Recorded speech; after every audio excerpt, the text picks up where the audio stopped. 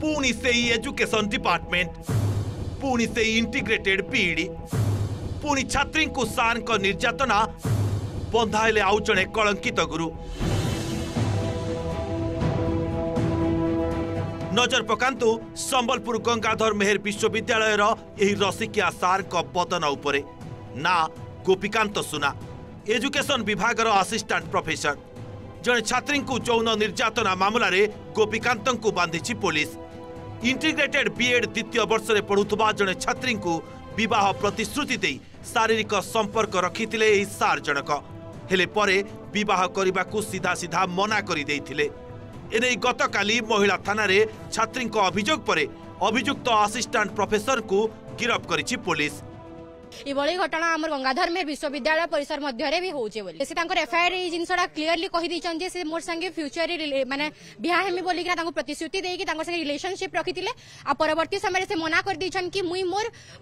माने आशाकांक्षा पूर्ण करबार लागि मिसे जिनसा करथिली मु जदि बिहा बार लागि मिछ प्रतिश्रुति देथिली बोली से क्लीयरली से जगह रे कहिछ परिवार वर्ग माने ना आसबा बदनाम हेबा बोली कि ना से माने कहबार नै डरे रही आउछन घर भितरे सेथि लागि बोधुए आज से भलिया केस हेई छे बोली से झियोटा आज तार साहस जुटे एफआईआर दर्ज करी समीर साहू परे जीएम यूनिवर्सिटी रे गोपीकांत सुना यही भाया बारंबार घटना माने राक्षस प्रवृत्तिर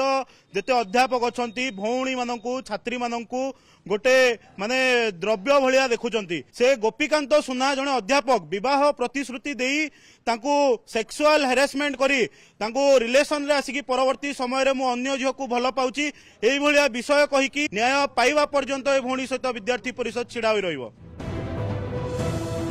छात्री अभियोग अनुसार विवाहर मिछ प्रतिश्रुति दे 2023 डिसेम्बर रु संपर्क रखी आसुथिले गोपीकांत सुना परे विवाह पाई मना करि दैछंती। अभियोगकारिणी जानिबा को पाइथिले जे अन्य छात्री को मध्य निर्यातना देउछंती सार निज पदवीर अपव्यवहार करी निरीह छात्री को करुछंती शोषण। एने अभियोग परे पुलिस मामला रुजु करी अभियुक्त सार को गिरफ्त करिछि। तांको विरोध रे लागिछि संगीन दफा प्रिवेंटिव एक्शन एवं क्यूरेटिव एक्शन नेबा कथा कॉलेज यूनिवर्सिटी तरफ टीचर काउंसिलर यूनिवर्सिटी मानकरे अपॉइंट हेबा कथा किंतु वो जानिबारे वर्तमान सेटा काम करू नै से वाइस चांसलर टीचर काउंसिल सहित जोगाजोग करबा कथा तापरे प्रति वाइस चांसलर डिपार्टमेंट को इंस्पेक्शन करबा कथा खाली ऑफिस रे बसले चलिबो नै से सीधा सड़क पुलिस पाकु जाइचंती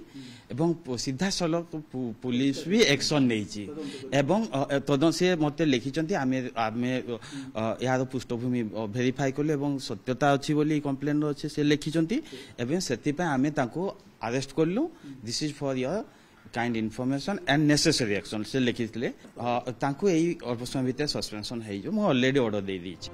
सार को संगे आसीना सुना हेले सार को कांड पूरा अंगार भली पीड़िता जनक अभियोग करबा परे पुलिस आदौ विलंब न करी तुरंत नैछि एक्शन। घटना संपर्क रे आमे संबलपुर एसपी प्रतिक्रिया नेबा पई चेष्टा करथिलु किंतु एबे से संपर्क रे से किछि प्रतिक्रिया देई परिबे नाही बोली कहिसंती। कैमरा पर्सन संजय कुमार जेना ओटीवी।